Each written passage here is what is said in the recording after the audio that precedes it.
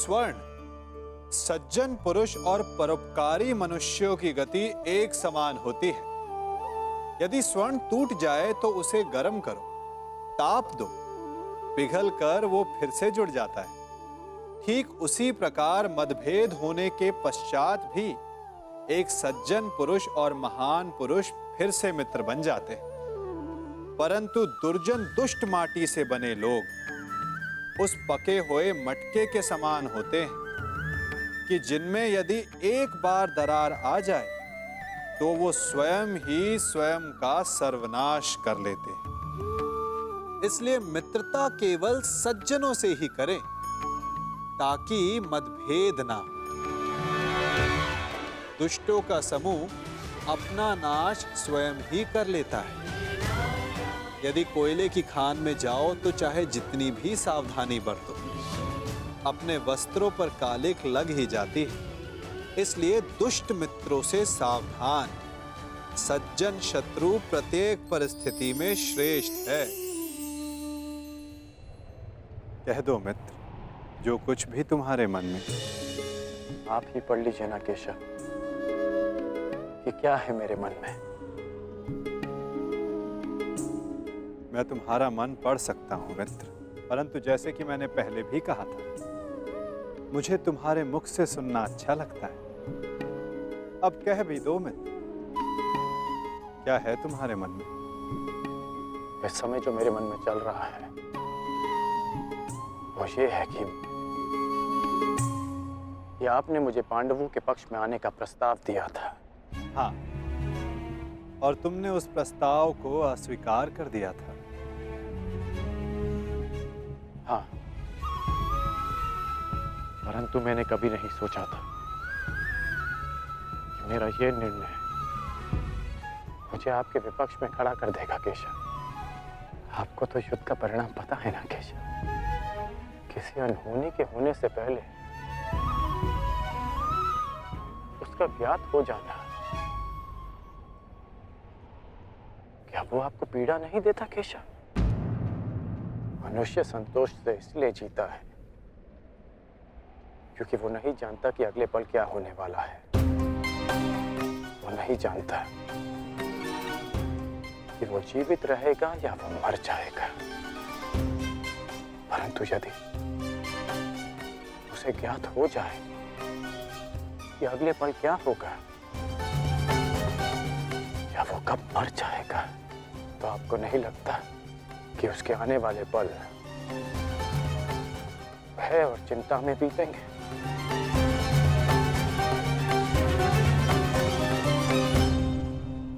ये सोच पर निर्भर करता है अंगराज। यदि मनुष्य को अपना अंत ज्ञात हो तो हर वो क्षण जिसे हम व्यर्थ करते हैं, उन क्षणों को जिया भी जा सकता है। इस नदी को देख रहे हो?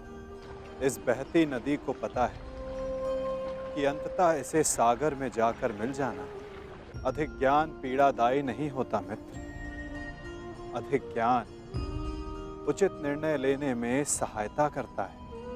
यदि तुम्हें भी भूत और भविष्य का कुछ अधिक ज्ञान होता तो कदाचित तुम भी अधिक न्यायपूर्वक निर्णय कर पाते।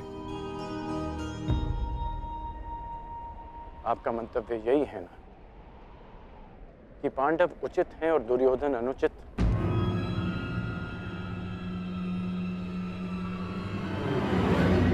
क्षमा कीजिएगा, परंतु मैं आपकी इस बात से सहमत नहीं हूं।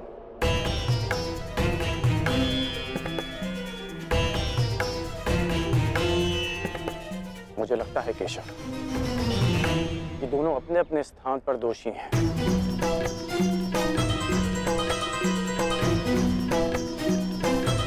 और इसी कारण से दोनों अपनी अपनी दृष्टि में निर्दोष और सही हैं। यदि दोनों ही दोषी तो तुम निष्पक्ष क्यों नहीं हो जाते मित्र?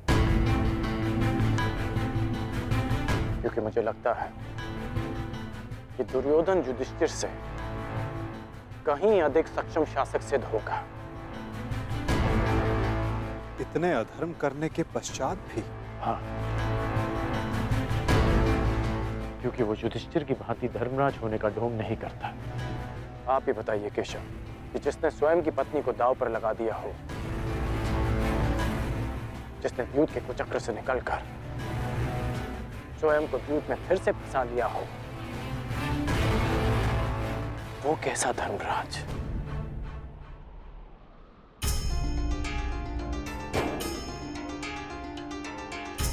युधिष्ठिर की असमर्थता के कारण राजकुमार युधिष्ठिर, मेरे शौंड की रक्षा कर लीजिए। मेरा अनुज क्यों मृत्यु की भेंट चढ़ गया?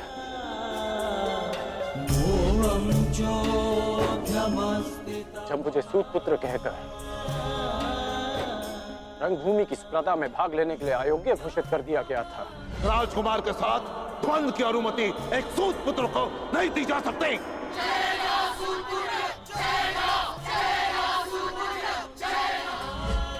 तब भी धर्मराज का धर्म मौन था। ऐसे में दुर्योधन ने मेरा हाथ थामा, जिसे आप अधर्मी कहते हैं। आज मैं अंगराज हूं, परिवर्तन के लिए खड़ा हूं, वो केवल दुर्योधन के कारण केशव। मैंने कहा था ना, यदि तुम्हें तनिक अधिक ज्ञान होता तो तुम उचित निर्णय ले पाते मित्र।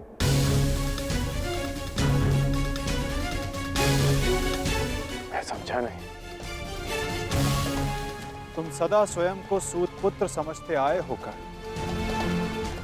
और यदि तुम्हारा ये ज्ञान मिथ्या हुआ तो? मिथ्या? हाँ कर, क्योंकि तुम्हें तो पता ही नहीं कि तुम वास्तव में हो कौन। मुझे ज्ञात है कि मैं कौन हूं, और मुझे गर्व है कि मैं अधिरथ पुत्र कर्ण हूं, राधे पुत्र कर्ण हूं, सूत पुत्र कर्ण हूं।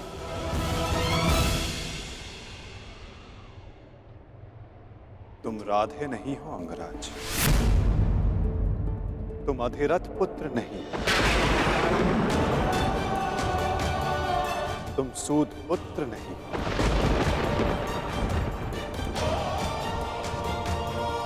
तुमने कभी ये नहीं सोचा कर्ण कि एक सूत पुत्र के शरीर पर दिव्य स्वर्ण से मड़ित कवच और कुंडल क्यों है?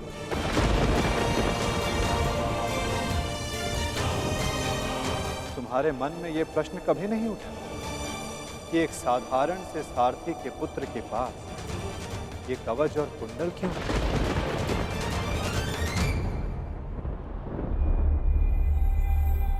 क्या तुम ये सोचकर कभी व्याकुल नहीं होते कर्ण कि तुम शेष से इतने भिन्न क्यों हो? तुम सूर्य पुत्र कर्ण, सूर्य पुत्र कर्ण, सूर्य पुत्र कर्ण, सूर्य पुत्र कर्ण।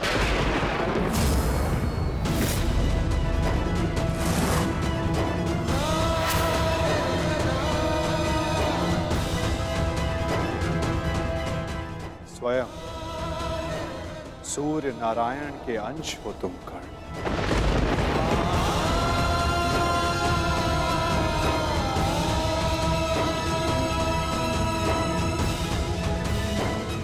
यह सत्य है,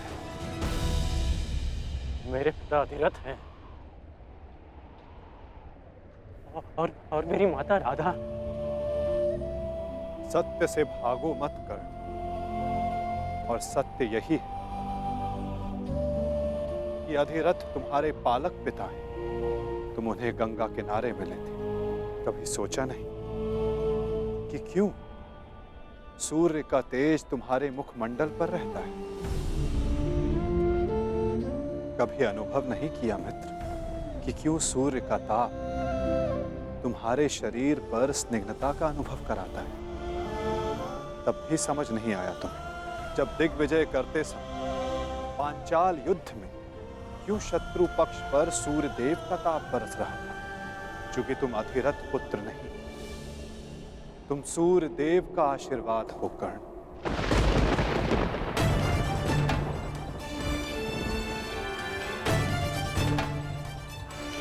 यदि मैं पिताश्री को गंगा किनारे मिला था तो मेरी माता कौन है? कर्ण, अपनी माता से बहुत पहले से भेंट करते आ रहे हो तुम कर्ण। चूंकि रक्त सदा रक्त का सम्मान करता है। कभी सोचा है कि वो कौन है जिनके समक्ष आते ही तुम्हारी दृष्टि उनके पांव की ओर चली जाती है? वो कौन है जिनसे हर युद्ध से पूर्व उनका आशीष लेने का तुम्हारा मन करता है? कौन है कर्ण जो सदा तुम्हें अपने पुत्रों के समान प्रेम करती है? वो कौन है जिनकी आंखें तुम्हें देखते ही भर आती हैं? अर्जुन से द्वंद्व होने के पश्चात भी तुमने कभी पांडवों का अहित नहीं चाहा, कभी उनकी रक्षा की, कभी उन्हें चेतावनी दी। क्यों कर्ण? इसलिए नहीं कि तुम न्याय चाहते थे, अपितु इसलिए कि तुम्हारी धमनियों में बहता हुआ रक्त तुम्हें पुकार रहा था।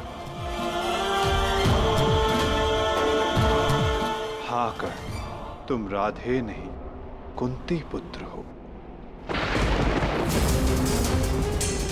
पांडवों के ज्येष्ठ हो। हाँ कर्ण, बुआ कुंती ही तुम्हारी माता है और तुम उनके ज्येष्ठ पुत्र।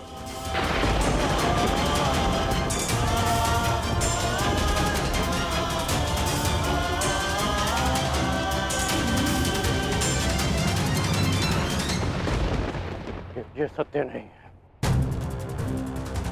कह दीजिए केशव कि यह सत्य है। आप चाहते हैं ना कि मैं पांडवों के पक्ष में हो जाऊं, अपने मित्र का साथ छोड़ दूं, इसलिए आप मेरे साथ छल कर रहे हैं। हाँ, आप छल कर रहे हैं मेरे साथ।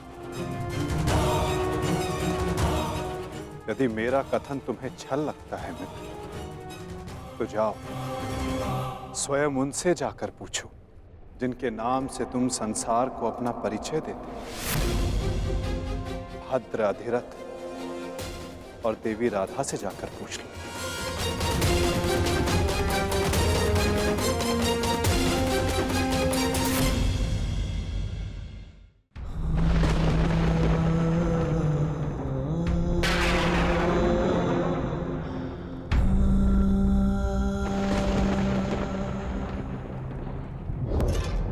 आ गए?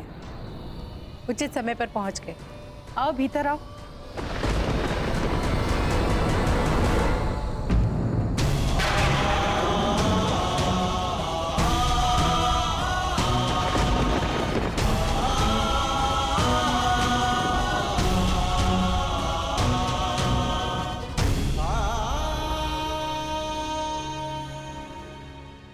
क्या हुआ पुत्र?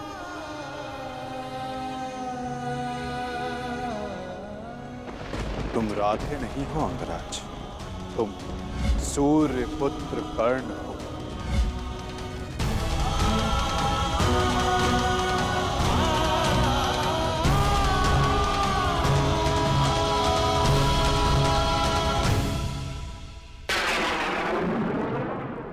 एक बार फिर से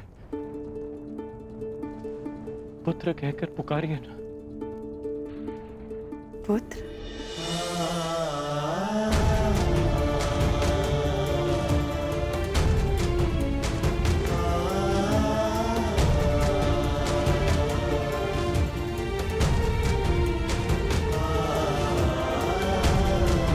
क्या हुआ पुत्र? तुम इतने व्यथित क्यों हो? क्या हुआ? मैं व्यथित था अपने ही माता। मैं समझ गया कि ये वासुदेव का खेल है। वो मेरे साथ खेल खेल रहे हैं माता। खेल? कैसा खेल? क्या विनोद किया केशव ने? बहुत भारी विरोध किया उन्होंने। आपका कहना है कि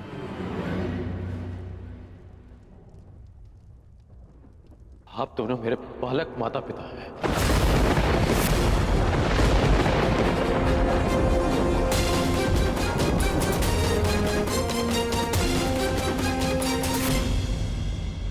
मैं पिताश्री को गंगा तट पर मिला था। ये सूर्यदेव मेरे पिता है और माता कुंती मेरी माता।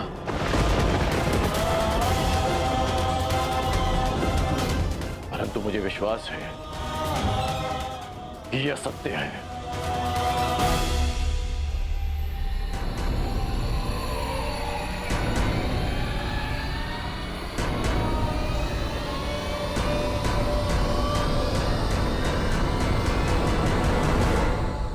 ये असत्य है ना? मैं आप ही का पुत्र हूं।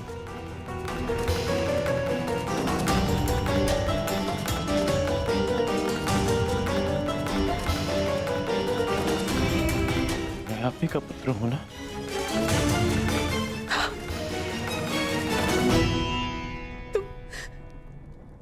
तुम मेरे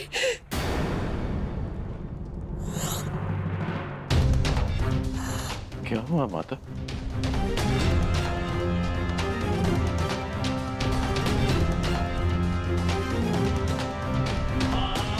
क्या हुआ पिताश्री?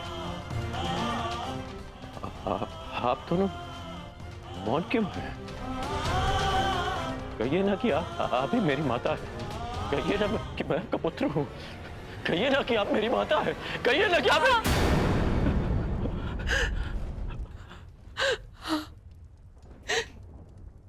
मैं तुम्हारी माता हूँ।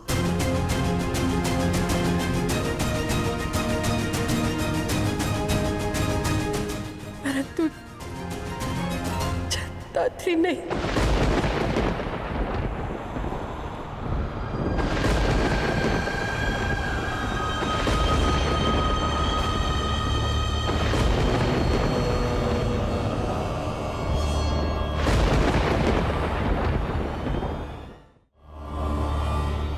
मैंने तुम्हें जन्म नहीं दिया।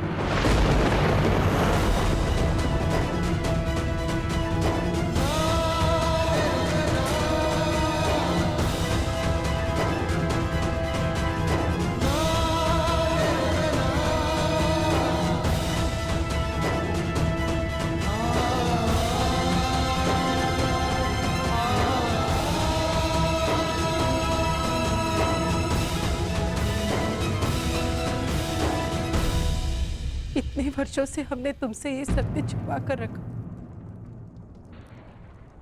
कि देवी कुंती तुम्हारी माता है।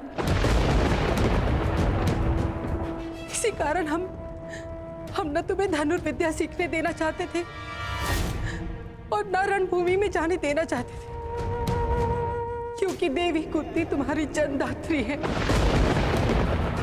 केशव ने तुमसे कदाचित असत्य नहीं कहा। तुम मेरे पुत्र नहीं।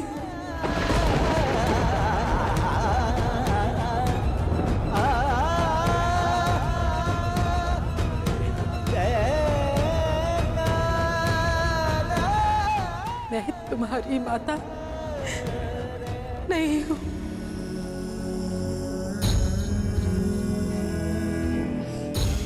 आप असत्य कह रही हैं कि आप मेरी माता नहीं हैं। यदि ऐसा होता तो क्यों बचपन में जब मुझे भूख लगती थी तब आपको स्वयं ज्ञात हो जाता था। जब मुझे निद्रा आती थी तो कौन मुझे अपनी गोद में सुलाता था?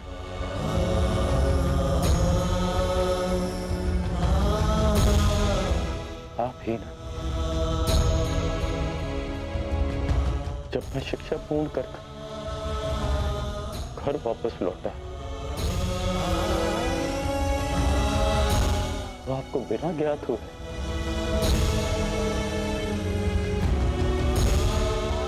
कैसे पता चल गया कि मैं आ गया और आपने अधिक भोजन बनाया?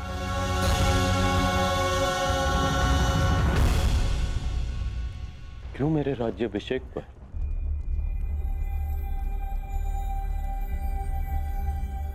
पिताश्री के शपथ देने के पश्चात भी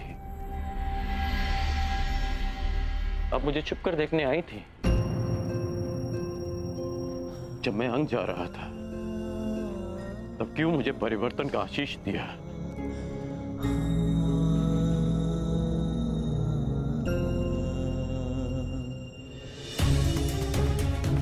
क्यों असत्य कह रही है आप मुझसे?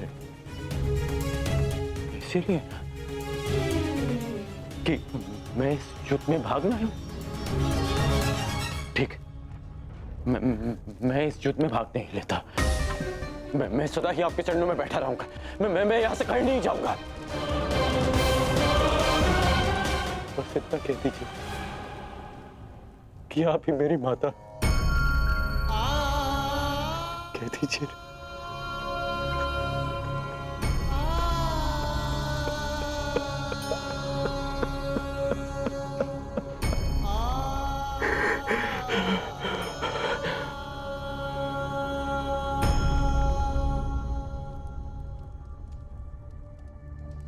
आपके अश्रुओं ने और आपकी चुप्पी ने सत्य सामने ला दिया।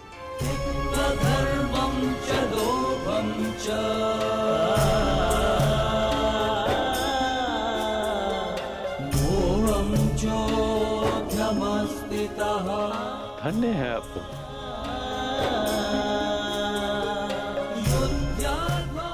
किसी और की संतान इतना प्रेम दे।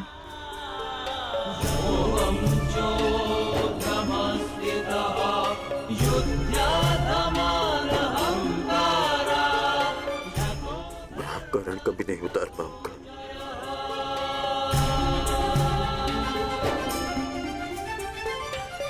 अब मेरा सत्य भी सुन लीजिए। मैं सदा प्राधिकरण ही कहलाऊंगा।